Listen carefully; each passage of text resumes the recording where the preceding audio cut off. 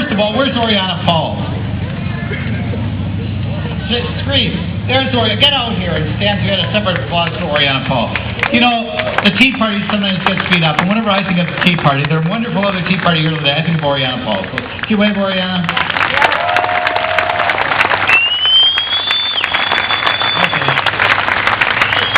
Now, Oriana told me the theme of today has to be 2012 and why we have to win.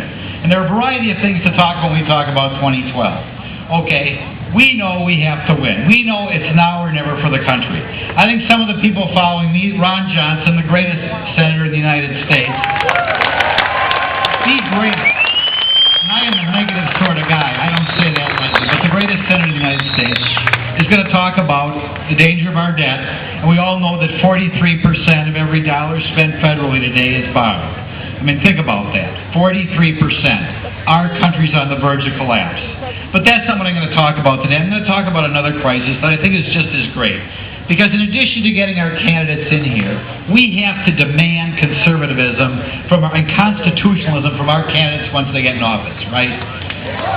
When we work our butts off here in 2012, we cannot have a repeat of 2000 to 2006 when George Bush and the liberal Republicans, ran up the debt. There are a variety of issues we have to demand that they deal with. But the issue I'm going to talk about today is welfare and the breakdown of the family. Yes. Let's not forget, our schools don't tell people enough about communism. Let's not forget that one of the goals of communism, as laid out by Karl Marx, was the destruction of the family. Right? And why do communists want to get rid of the family? And what can our politicians do to turn things around? The communists and the left likes to get rid of the family because it's independent. Okay? A family is an independent unit in which the parents support the children and don't rely on the government. So that's the first thing the left hates about the family. Exactly. The next thing, most people learn about God from their parents. Exactly. Okay? And because the left hates God and wants to destroy Christianity, they don't like the family. And secondly, when you go home at night, when the children go home with their parents can instill their values of them. And the left hates the idea of somebody independent instilling values in the next generation. That, by the way, is why the government keeps wanting more 4-year-old kindergarten and 3-year-old kindergarten and wants everybody to go to college and graduate school. They want everybody forever learning at the knee of government. Now, what I'm going to talk about, and I've handed a bunch of these out here today, and if you don't, you can get one up here afterwards, is the fact that right now the left is succeeding in destroying the family. Okay? How are they succeeding? Now understand, I like all children, okay?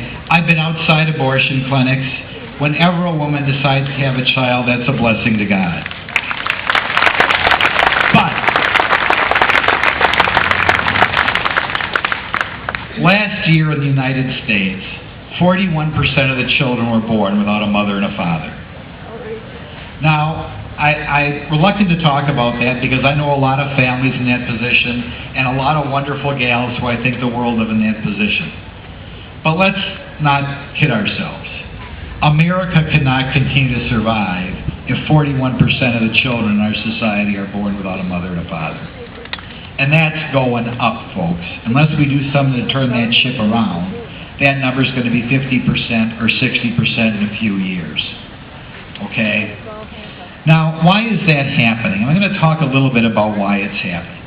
It's happening because the government keeps taking money from everybody else to prop up that unit and materially put that unit in a better position than many people, than many young gals who decide to get married.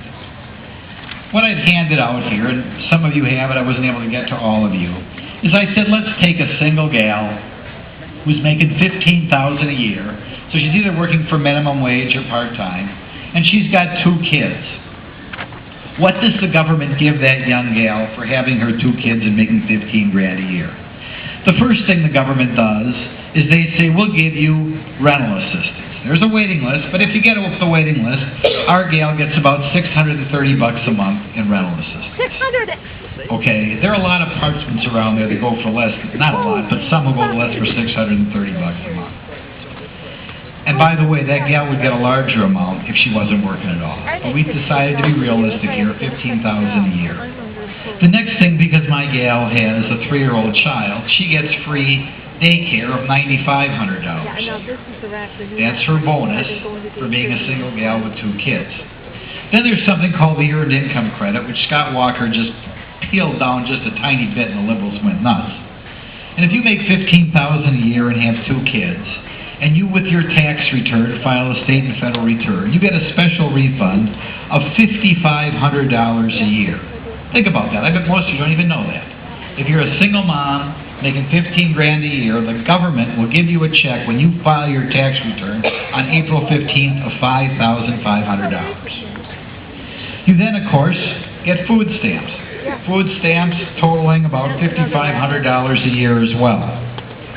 You then get free medical care, Badger care. You get energy assistance of about $700 a year.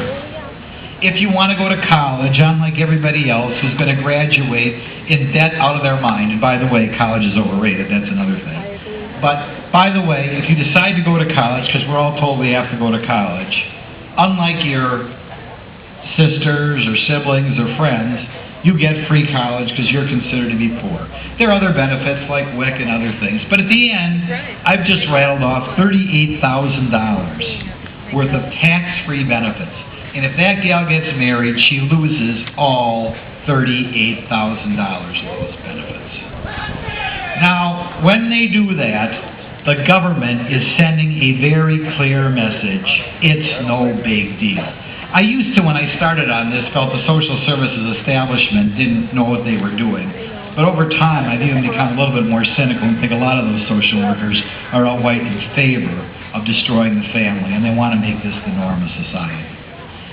So what we have to do, and some guy back here hit the nail on the head, we've got to begin to peel back these benefits.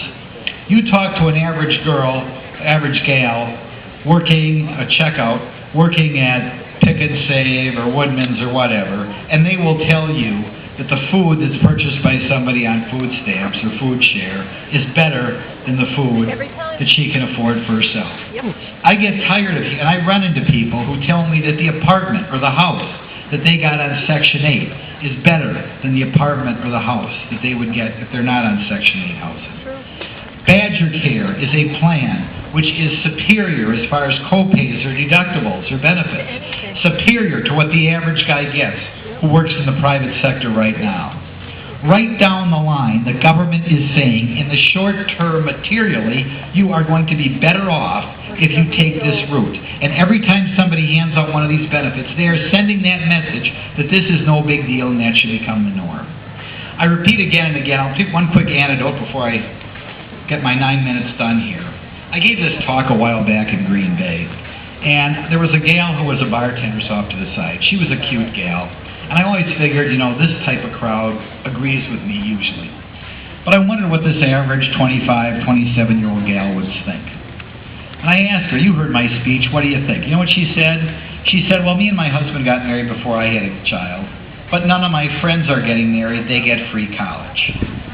Oh my Well, I'll tell you. God. Our country's on the verge of collapse, because obviously this was a nice gal and she had nice friends, but the leadership class in this country had sent a clear message to all these nice, cute, middle-class girls of Green Bay, Wisconsin. Don't get married or you don't get free college. Now, I would demand, as people run around here and run for Congress and run for U.S. Senator, whatever, say, look at folks, 41% of the kids last year were born out of wedlock. And it's because they're getting a lot of benefits that put them better, certainly way better off than if they had a husband, and better off than a lot of their siblings or friends that don't have a husband. What are you going to do to change it and insist on it? Now, thanks for being here. 2012, it's up against the wall, America. There's no turning back. If we lose this one, our country is lost. That's right. But I'm just mentioning one issue today that you don't hear any of the other politicians talking about, that I want you to demand action from them and say, like I said, 41% of the kids out of wedlock now. What are you going to do to make sure it's not 51% in 10 years? Thanks for having me, Oriana.